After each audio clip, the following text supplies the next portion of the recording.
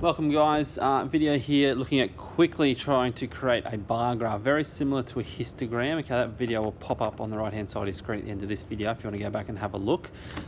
We've got our frequency table on the left hand side there looking at a favourite footy team. Now the reason we can do a bar graph is because this is categorical data.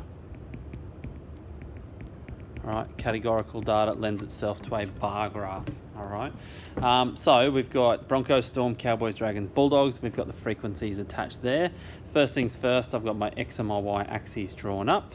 Up and down my Y axis is going to be my frequency.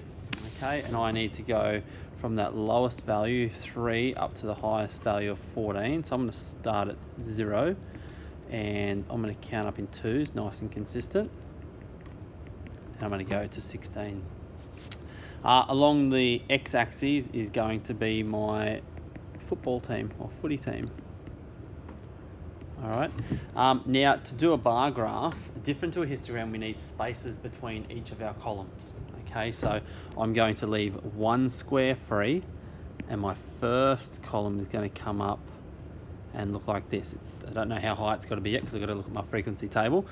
Then my second column is going to leave a square, and it's going to be 2 squares wide. So whatever distance you leave at the start is going to be the distance between each column, and then each one of these columns is going to be twice as wide as what you left there. Okay, so you might need to rewind that and listen again, but it will make sense. Okay, so let's get rid of that. Let's go look at the Broncos now. We've got a frequency of 14 for the Broncos, of course. So Broncos are going to come up to 14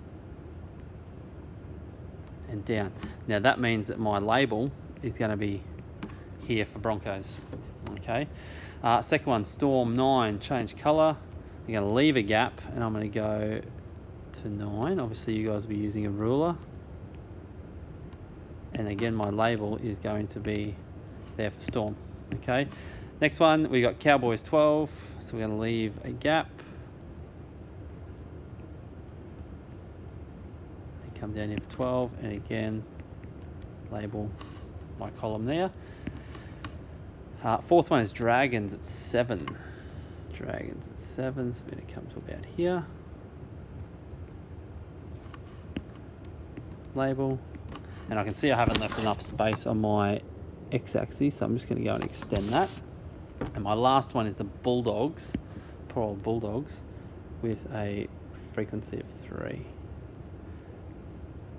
And my label is going to go in the center here, Bulldogs. Now there's no Parramatta Eels, Sam, because you're literally the only person in the world that likes the Parramatta Eels. Again, guys, to tidy up and make it look a little nicer, we can go and do some quick shading on each of our columns, make it look a bit nicer, as I said, and then present.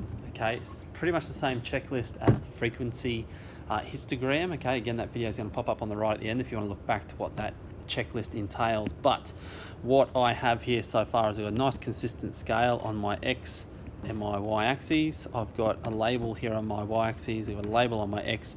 The only thing I'm forgetting is the title